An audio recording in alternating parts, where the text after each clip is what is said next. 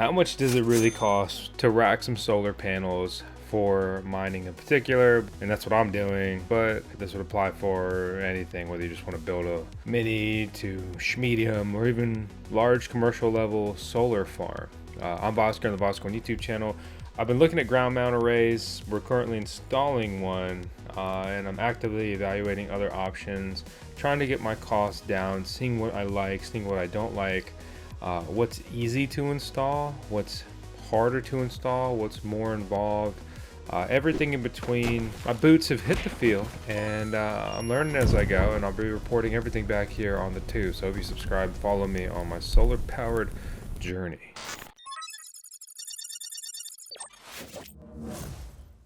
Hey. Oh, hi.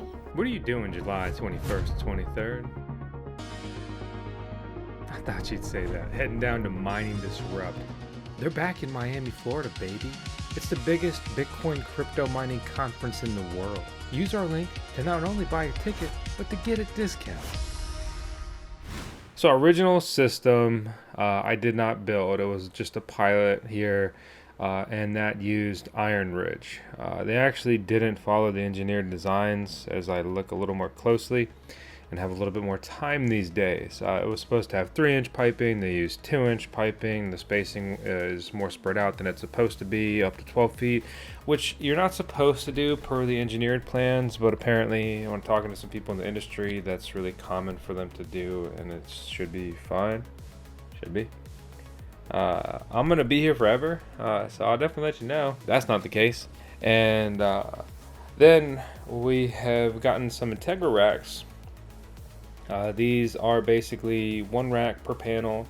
You do go vertical, and my panels are huge, so I am getting more mileage out of that. I only see these Integra racks being viable if you get the biggest panels possible, right? So I'm using 500 to 720 watt panels out here on my solar build. Our first array is 590 watt, but they're relatively the same size.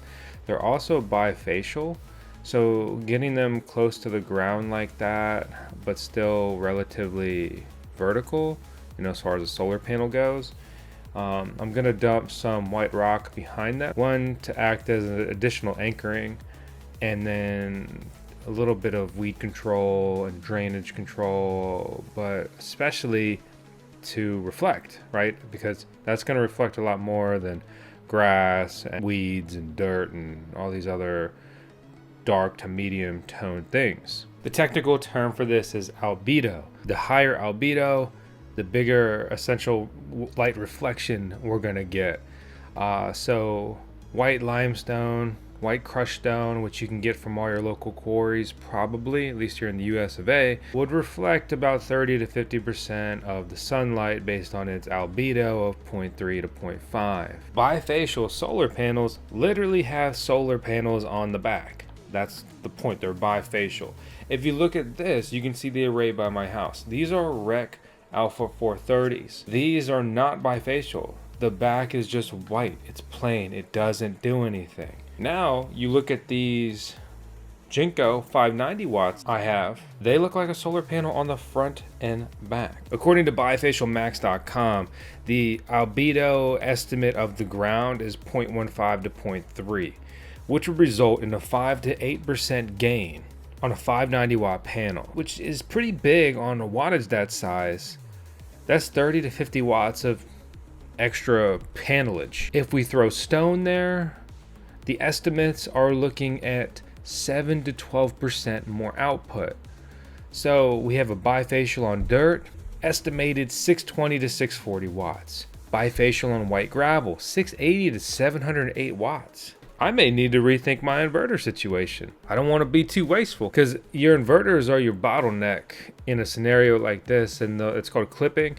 Basically, they can only do their max. So when your system's clipping, you're maxing out. Let's just say you're producing 1,500 watts, but your system clips at 1,200 watts. You're losing 300 watts. It's just gone.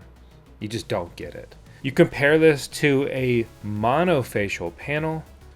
Its nameplate rating is its rating.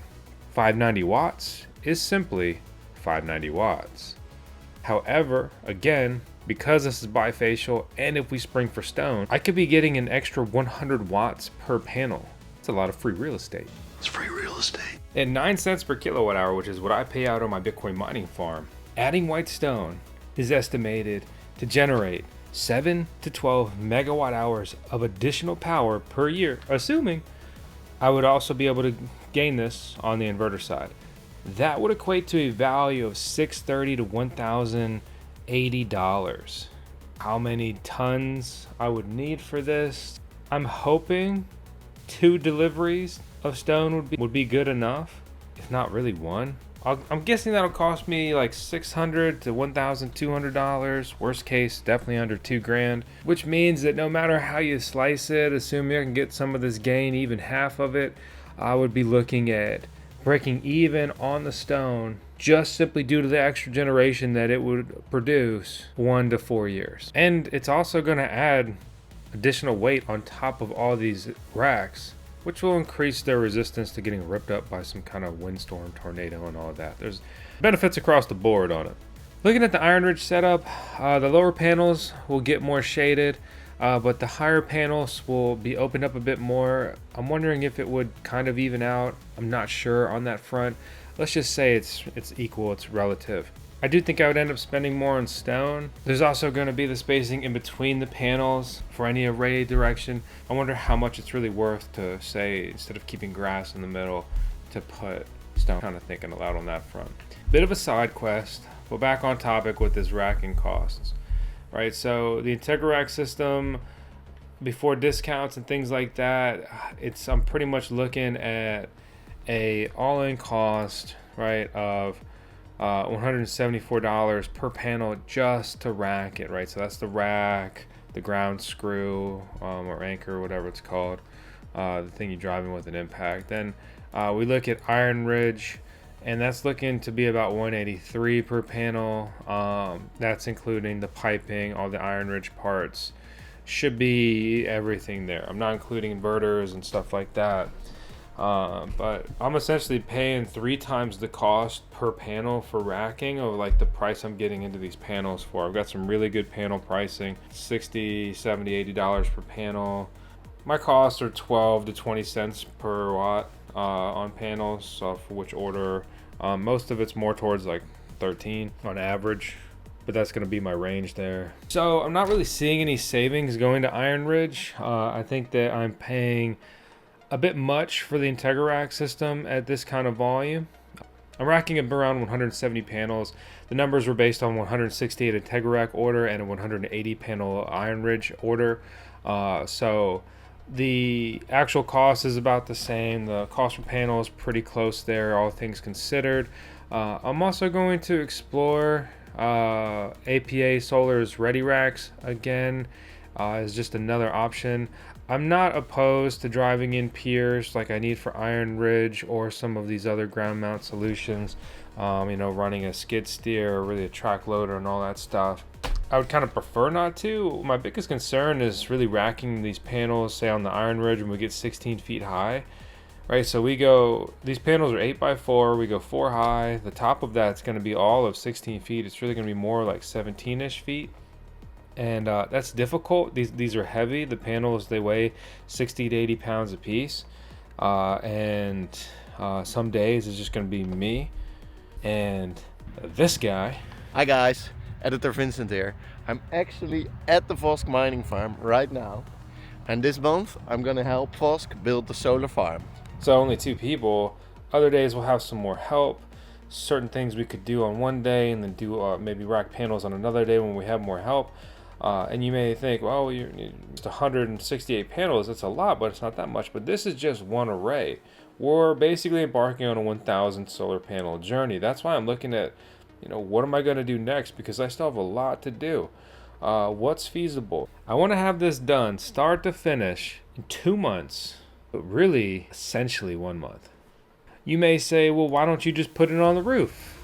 Bro, you're going to need a big house to rack this much panelage. Per the design, these rows are 104 feet long, and the panels are spanning nearly an 8-foot footprint. And then, depending on their tilt, you have to adjust how much room is in between the rows. So even when we adjust the tilt some, we've got at least 5 feet in between the rows. Oh, and there's 7 rows. So that's a 700-foot array. It's 8 feet wide. Is your house that big? I didn't think so. Beyond that, I'll be exploring some roof mount stuff and all kinds of other things, so make sure to subscribe. Technically you're on the VoskCoin YouTube channel, but this year it might feel a little bit like SolarCoin. Huge shout out to Crazy Dane, absolute stud and inspiration. I've always wanted to move towards solar, but after seeing his system, I was just like, wow, that is so cool, so incredible, and just such a well done DIY build. So if you haven't checked out that OG video here on the channel, there's actually a couple of them, but the latest one, which is a couple years old now, several years old now actually, definitely still worth a watch. A lot of information. Great guy, funny guy. And yeah, I'm Vosk here on the VoskCoin YouTube channel. This is 10 Seconds to Tales, our CSO, our Chief Solar Officer.